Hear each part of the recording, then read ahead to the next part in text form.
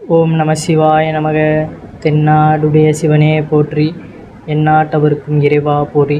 நம்ம வீட்டில்னாலும் சரி, இல்லை நம்ம கோயிலுக்கு சென்று ஆலயங்களில் வழிபட்டாலும் சரி, அப்போ இறைவனுக்கு சூட்டப்படுகின்ற ஒரு முக்கியமான பொருள் அப்படின்னு பார்த்தீங்கன்னா மலர்கள் தான். பூக்களை நம்ம வீட்டில் நம்ம பூஜை செய்தாலுமே சூட்டுவோம். அதே போல் ஆலயங்கள்லேயும் மாலைகள் அணிவித்து, மலர்கள் அணிவித்து, இறைவன்களுக்கு அந்தந்த இறைவனுக்கு உகந்த மலர்களை அணிவித்து அவர்களுடைய மனதை குளிரச் செய்து நம்ம வரங்களை பெற்று செல்வோம். அந்த மாதிரி பார்த்திங்கன்னா இறைவன்களுக்கு பிடித்த மலர்களை நம்ம வீட்டிலேயே வளர்க்கும் பொழுது நமக்கு பலவாறான நன்மைகளும் அதிர்ஷ்டங்களும் நம்மளை தேடி வரும் என்று தான் இந்த பதிவில் நம்ம தெரிந்து கொள்ள போகிறோம். இந்த செடிகளெல்லாம் பார்த்திங்கன்னா, இந்த பூச்செடிகளை நம்ம வீட்டில் வளர்க்கும் பொழுது நமக்கு எப்பொழுதுமே பார்த்திங்கன்னா நன்மைகள் அதிக அளவில் நடைபெற்று கொண்டே தான் இருக்கும். நம்ம முறைப்படி அதை பராமரித்து வளர்த்து கொண்டு இருக்கும் பொழுது நமக்கு நன்மைகள் வந்து கொண்டே தான் இருக்கும். அது என்னென்ன செடிகள் அப்படிங்கிறது தான் நம்ம இந்த பதிவில் தெரிந்து கொள்ள போகிறோம். நம்மளுடைய சேனலுக்கு முதன்முறையாக வர்றவங்க சப்ஸ்கிரைப் பண்ணி வச்சுக்கோங்க. மறக்காமல் உங்களுடைய நண்பர்களுக்கும் இந்த பதிவானதை பகிர்ந்து கொள்ளுங்கள். முதல் மலர் செடி அப்படின்னு பார்த்தீங்கன்னா பவளமல்லி. அற்புதமான மனம் நிறைந்த பூவாக இந்த பூக்கு திகழ்கிறது. இந்த பூவை அனைத்து தெய்வங்களுக்கும் நாம் சூட்டி வணங்கலாம். அதே போல் இந்த பூ இருக்கும் இடத்தில் பார்த்திங்கன்னா எதிர்மறை சக்திகள், தீய எண்ணங்கள் அதுவும் எதுவுமே அணுகாது என்று நம்பப்படுகிறது. இது மட்டுமல்லாமல் பார்த்திங்கன்னா இந்த பூவை எந்த வேண்டுதலோடு எந்த தெய்வத்திற்கு நம்ம போட்டாலுமே அந்த வேண்டுதல் விரைவிலேயே நடைபெறும் என்றும் கூறப்படுகின்றது. அதனால் பார்த்திங்கன்னா வீட்டில் பவளமல்லி செடியை நம்ம வளர்த்து அந்த பூவை நம்ம இறைவனுக்கு நம்மளுடைய வேண்டுதலை மனமுருகி அந்த இறைவனுக்கு நம்ம சூட்டும் பொழுது பார்த்திங்கன்னா கட்டாயம் அது விரைவில் நடைபெறும் அப்படிங்கிறதான் நம்பிக்கை. அது மட்டும் இல்லாமல் பார்த்திங்கன்னா நம்மக்கிட்ட இருக்கின்ற எதிர்மறை ஆற்றல்களுமே இந்த பூவானது நம்மிடமிருந்து தடுத்து வெளியே அனுப்பிவிடுகிறது. அதனால் பவளமல்லி செடியை நம்ம வீட்டில் வளர்ப்பது இன்னும் சிறப்பாக இருக்கும். எந்த செடியை நம்ம வளர்த்தாலுமே பரவாயில்ல, அதை முறைப்படி நம்ம பராமரிக்கணும். சில நேரங்களில் அதை நம்ம விட்டுட்டோம், அதை நம்ம பேணாமல் விட்டுட்டோம்னா அது கருகி போய் இல்லைன்னா அது வேறு பிரமைக்கு கொண்டு போயிடும். எந்த ஒரு செடியாக இருந்தாலும் சரி, உயிராக இருந்தாலுமே, வளர்ப்பு பிராணிகளாக இருந்தாலுமே முறைப்படி அதை பராமரிக்க நம்ம கற்றுக்கொள்ளணும். அடுத்த மலர் பார்த்திங்கன்னா பாரிஜாதம். இந்த மலர் பெருமாளுக்கு உகந்த மலராக கருதப்படுகிறது. அது மட்டுமல்லாமல் இது தேவலோகத்தைச் சேர்ந்த மலர் என்றும் இதில் பெருமான் வாசம் செய்கிறார் என்றும் கூறப்படுகிறது. இந்த மலரை பார்ப்பதும் இந்த செடியை வளர்ப்பதும் பார்த்திங்கன்னா அதிர்ஷ்டத்தை வரவழைக்கக்கூடிய ஒன்றாக திகழ்கிறது. நிறைந்த செல்வத்தோடு பெருமாளின் அருளை பெறுவதற்கு பாரிஜாத செடியை வீட்டில் வளர்த்தாலே போதும். நம்ம இப்போ கூறுகின்ற செடிகளில் பார்த்திங்கன்னா அனைத்து செடிகளுமே வளர்க்கணும் அப்படிங்கிற அவசியம் கிடையாது. ஏதாவது ஒரு செடியை உங்கள் மனதிற்கு பிடித்த செடியையோ இல்லை நீங்கள் ஏற்கனவே வாங்கி வச்ச செடியோ முறைப்படி ஒன்று வளர்த்தாலுமே அதை நம்ம உருப்படியாக பேணி பாதுகாக்கணும் அப்படிங்கிறது தான். அதனால் கூறுகின்ற மலர்களில் எது உங்கள் கிட்ட இருக்கிறதோ அதை பராமரிங்க. இதற்கு முன்னாடி பார்த்திங்கன்னா நம்ம வளர்த்துருப்போம், ஏதோ என்ன அப்படின்னு நம்ம வளர்த்துருப்போம். இப்போ இதோடைய அந்த பின் ரகசியங்களை நம்ம தெரிந்து கொண்டு வளர்க்கும் பொழுது இன்னும் அதன் மீதான அந்த பராமரிப்பு அதிகரிக்கும். ஏன்னா நம்ம ஒரு விஷயம் செய்கிறோம்னா அதில் ஒரு எதிர்பார்ப்பு அப்படிங்கிறது நமக்கு கட்டாயம் இருக்கும். அது என்ன எதிர்பார்ப்பு அப்படிங்கிறது தெரிஞ்சுக்கிட்டோம்னா அந்த விஷயத்தில் நம்ம ஈடுபாடு அப்படிங்கிறது இன்னும் அதிகமாக இருக்கும். அதனால் பாரிஜாத மலரை நம்ம வளர்க்கும் பொழுது பெருமாள், அதாவது விஷ்ணு பகவானுடைய அந்த அருளானதை நம்ம பெற்று நிறைந்த செல்வ வளத்தோடு நம்ம வளரலாம். அடுத்த செடி பார்த்திங்கன்னா மனோரஞ்சிதம். இந்த செடியை வீட்டில் வளர்ப்பதன் மூலம் பார்த்திங்கன்னா வீட்டில் இருக்கும் நபர்கள் புத்துணர்ச்சியுடனும் சுறுசுறுப்பாக செயலாற்றுவார்கள் என்று கூறப்படுகிறது. அது மட்டுமல்லாமல் செல்வ செழிப்பை இந்த செடி அதிகரிக்கும் என்றும் கூறப்படுகிறது. அது மட்டும் இல்லாமல் பார்த்திங்கன்னா இந்த செடியை நம்ம தொழில் செய்யும் ஸ்தானபதத்தில் வளர்த்து வந்தால் தொழிலில் ஏற்பட்டிருக்கும் அனைத்து தடைகளுமே நீங்கி தொழில் லாபகரமாக நடைபெறும். மேலும் கண்ணுக்கு தெரியாத எதிரிகளும் வெல்லக்கூடிய அற்புதமான சக்தியை இந்த செடி வழங்குகிறது.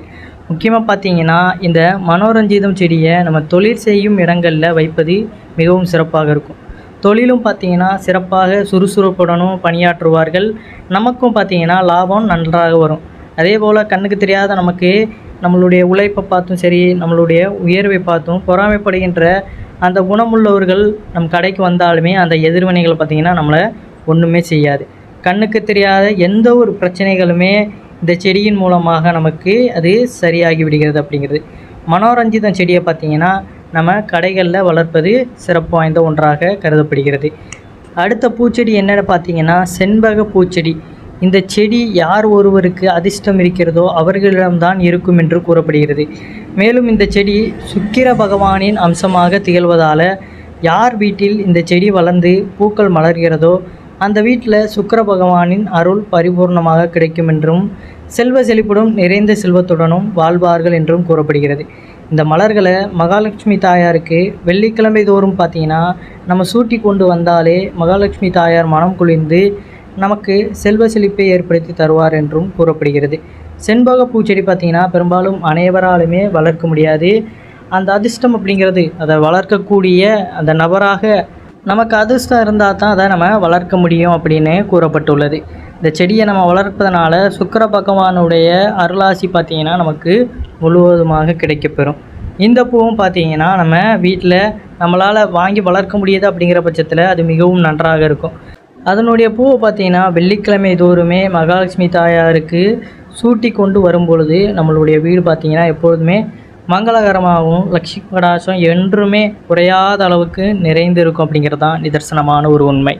நம்ம வீட்டிற்கு முன்பு செடி கொடிகளை வைத்து பராமரித்து வளர்க்க வேண்டும் என்ற எண்ணம் நமக்கு தோன்றினாலே போதும், நமக்கு நல்ல காலம் பிறந்து விட்டது அப்படிங்கிறதான் அர்த்தம் என்று தான் சொல்வார்கள். ஏனென்றால் பச்சை பசேலென இருக்கும் செடி கொடிகள் நம்ம வீட்டை சுற்றி இருப்பது அவ்வளவு நேர்மறை ஆற்றலை கொடுக்கும். அதே போல் பார்த்திங்கன்னா நம்ம வீட்டு நிலைவாசலில் வளர்க்கக்கூடிய ஒரு செடியை பற்றி தான் பார்க்க போகிறோம். இதை பார்த்திங்கன்னா மிகவும் ஒரு எதிர்மறை ஆற்றல்களை விளக்கக்கூடிய ஒரு செடியாக இது திகழ்கிறது. கொடிக்கள்ளி குச்சிக்கள்ளி என்று சொல்லப்படும் மூலிகை செடியை நிலைவாசலில் நம்ம நட்டு வளர்த்தால் அந்த வீட்டிற்குள் எந்த தீய சக்தியாலும் பார்த்திங்கன்னா நுழைய முடியாது என்று சொல்லப்பட்டுள்ளது. கிராமப்புறங்களில் பார்த்திங்கன்னா இருப்பவர்களுக்கு இந்த செடி பற்றி தெரிந்திருக்கும். பெரும்பாலும் நகர்ப்புறங்களில் இருப்பவர்களுக்கு இந்த செடி பற்றி அவ்வளோவா தெரிந்திருக்காது. இதில் இலைகளே இருக்காது. பச்சை நிறத்தில் குச்சி குச்சியாக வளரக்கூடிய தன்மை கொண்ட செடி வகை இது. இதை உடைத்தாலே இதிலிருந்து பால் வர தொடங்கும். இந்த பாலில் பார்த்திங்கன்னா விஷமில்லை என்றாலும் கண்களில் வாயில் எல்லாம் அந்த பால் படாமல் பார்த்து கொள்வது நல்லது. அந்த காலத்தில் வைத்தியர் வீட்டில் கட்டாயம் இந்த செடி இருக்கும். இந்த செடியை அவர்கள் மருத்துவத்திற்கு பயன்படுத்தி வந்தார்கள் என்பது குறிப்பிடத்தக்க ஒன்று. இந்த செடி பார்த்திங்கன்னா மிக மிக உயரமாக வளரக்கூடிய தன்மை கொண்டது. சிறியதாக ஒரு செடியை கொண்டு வந்து நட்டு வைத்து விட்டீர்கள், அது மிகவும் உயரமாக வளர்ந்து நிற்கிறது என்றால் நிறைய இடவசதி இல்லாதவர்கள் அந்த செடியை வெட்டி விடலாம், தவறு ஒன்றும் கிடையாது. இந்த செடியை வைத்து இந்த செடியில் வளரக்கூடிய குச்சிகளை வைத்து வேறு என்ன பரிகாரம் எல்லாம் செய்யலாம் என்பதையும் நம்ம இந்த பதிவில் தெரிந்து கொள்ளலாம். சில குழந்தைகளுக்கு பார்த்திங்கன்னா உடல் சம்பந்தப்பட்ட உபாதைகள் எதுவுமே இருக்காது, ஆனால் எப்பொழுதுமே அழுது கொண்டே இருக்கும். நன்றாக பசித்து சாப்பிடாது, இரவில் நன்றாக தூங்காது, எதையோ கண்டு பயப்படும். இப்படிப்பட்ட பிரச்சனைகள் எல்லாம் குழந்தைக்கு இருந்தால் இந்த செடியில் இருந்து ஒரு சின்ன குச்சியை உடைத்து அந்த குழந்தையை 3 முறை சுற்றி கற்பூர நெருப்பில் இந்த குச்சியை போட்டுவிட்டால் அந்த கண் திருஷ்டி பார்த்திங்கனானது உடனடியாக நீங்கும் என்று சொல்லப்பட்டுள்ளது. அது மட்டும் இல்லாமல் பார்த்திங்கன்னா அந்த குழந்தையின் உடம்பில் ஏதாவது தேவையில்லாத எதிர்வினைகள் காத்து கருப்பு சேட்டை இருந்தாலுமே அது உடனடியாக விலகிவிடும் என்பது நம்பிக்கை. இந்த குச்சிக்கல்லி செடியிலிருந்து பார்த்திங்கன்னா சின்னதாக ஒரு குச்சியை உடைத்து நெருப்பிலே லேசாக சுட்டு கொள்ள வேண்டும். பிறகு அந்த குச்சி கொஞ்சம் கொஞ்சமாக கருப்பாக மாறிவிடும். சூடு ஆறியதுமே ஒரு தாயத்துக்கு உள்ளே அந்த எரிந்த கருப்பு நிற குச்சியை போட்டு கொஞ்சமாக ஊதிய தாயத்துக்குள்ளே போட்டு மூடி குழந்தையின் கழுத்தில் கட்டிவிட்டால் அவர்களுக்கு எந்த ஒரு கெட்ட சக்தியாலும் பார்த்திங்கன்னா பாதிப்பு வராது. இதை பெரியவர்களும் கட்டிக்கொள்ளலாம். குறிப்பாக இந்த தாயத்தை பார்த்திங்கன்னா பௌர்ணமி அமாவாசை தினங்களில் தயார் செய்வது இரட்டிப்பு பலத்தை கொடுக்கக்கூடியதாக இருக்கும். அதே போல் பார்த்திங்கன்னா இந்த செடியில் உள்ள குச்சியை உடைத்து அதன் மேலே ஒரு சிவப்பு காட்டன் துணியை சுற்றி நெருப்பை பற்ற வைக்க வேண்டும். வீட்டில் இருப்பவர்களை ஒன்றாக அமர வைத்து இந்த நெருப்பை அவர்களின் 3 முறை சுற்றி அப்படியே தூக்கி தூர போட்டுவிட்டால் கண் திருஷ்டி முழுமையாக நீங்கிவிடும் என்பதும் குறிப்பிடத்தக்கது. குடும்பத்தில் பார்த்திங்கன்னா சண்டை சச்சரவுகள் இருந்தாலுமே அதுவும் விலகும். சில பேர் நல்லா தான் இருப்பாங்க, திடீர்னு பார்த்திங்கன்னா ஒரு மாதிரி அதாவது பேய் அடித்த மாதிரி இருப்பாங்க அப்படின்னு சொல்லுவாங்க.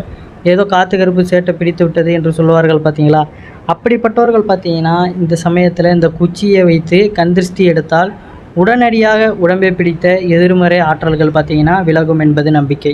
மேல் சொன்ன பரிகாரத்திற்கு இந்த குச்சியை நீங்கள் செடியிலிருந்து உடைக்க வேண்டுமென்றால் நகம் படாமல் உடைக்க வேண்டும் என்பதை ஞாபகம் வைத்து கொள்ளுங்கள். அந்த காலத்தில் கிராமப்புறங்களில் பார்த்திங்கன்னா முன்னோர்கள் பின்பற்றி வந்த பரிகாரங்கள் தான் இவை. காலப்போக்கில் எல்லாம் நம்ம கொஞ்சம் கொஞ்சமாக மறந்து விட்டதுனால இன்று பெரும்பாலும் யாருக்குமே தெரிவது கிடையாது. உங்களுக்கு பார்த்தீங்கன்னா இந்த செடி கிடைத்தால் அந்த செடியை வீட்டில் வைத்து வளர்ப்பதற்கு வாய்ப்பு கிடைத்தால் நீங்கள் தான் ரொம்ப அதிர்ஷ்டசாலியாக இருப்பீர்கள். மேலே சொன்ன ஆன்மீகம் சார்ந்த தகவல்கள் உங்களுக்கு பயனுள்ளபடி அமையும். இந்த பதிவினை பார்த்தீங்கன்னா நம்பிக்கையுடன் நிறைவு செய்கிறேன். உங்களுக்கு நம்பிக்கை இருந்ததுன்னா மேற்கூறிய செடிகளையும் அந்த பூச்செடிகளையுமே வளர்த்து பாருங்கள். மிகவும் உங்களுக்கு நன்மைகளை கொண்டு வந்து சேர்க்கும். எப்பொழுதுமே நம்ம வாழ்க்கையில் எதிர்வினைகளே அனுபவிச்சுக்கிட்டு இருக்கிறோம், நல்ல ஒரு சந்தோஷமான வாழ்க்கையே இல்லை, எப்போ பார்த்தாலுமே பிரச்சனையிலே தான் இருக்கிறோம் அப்படிங்கிற பட்சத்தில் பார்த்தீங்கன்னா ஒரு சிறு சிறு விஷயங்களை நம்ம முறைப்படி கையாளும் பொழுது இந்த பிரச்சனைகளும் சரியாகும் அப்படிங்கிறது தான் நம்பிக்கை. நம்பிக்கையோடு நம்ம கோயிலுக்கு போகும்பொழுது தான் அந்த நம்பிக்கையின் காரணமாக நமக்கு பிரார்த்தனைகளும் சரி, நம்மளுடைய வேண்டுதல்களுமே நிறைவேறும். அதை விட்டுட்டு ஏதோ தானோன்னு நம்ம எதை செய்தாலுமே அது அப்படியே தான் இருக்கும். ஏன்னா செய்கின்ற செயலை யார் ஒருவர் முழு ஈடுபாடோடு செய்கிறாங்களோ அதில் பார்த்திங்கன்னா வெற்றியானதும் கிடைக்கத்தான் செய்யும். தெரிந்து செய்வதற்கும் தெரியாமல் செய்வதற்கும் நிறைய வித்தியாசம் இருக்குது. தெரிந்து அந்த வேலையெல்லாம் தெரிந்து நம்ம செய்யும் பொழுது என்ன ஆகிறது, அது விரைவில் முடிந்து விடுகிறது. அதே போல் தான் நம்பிக்கையோடு நம்ம செய்யும் பொழுது அது கட்டாயம் நடக்கும் என்பது தான் நிதர்சனமான ஒரு உண்மையாக இருக்கின்றது. மேற்கூடிய நம்ம பூச்செடிகளையும் வளர்த்து பாருங்கள். நிலைவாசல்லையும் இந்த குச்சிக்கல்லி செடியை வளர்த்து பாருங்கள். அந்த குச்சிக்கல்லி செடியில் சொன்ன பரிகாரங்களையுமே செய்து பாருங்கள். கந்திருச்சி எந்த ஒரு பிரச்சனைகளுமே நம்ம விட்டு நீங்கிவிடும். அனைவரும் என்றும் இறையருள் பெற்று நலமுடன் வாழ வேண்டும். நன்றி, வணக்கம். ஓம் நம சிவாய நமக.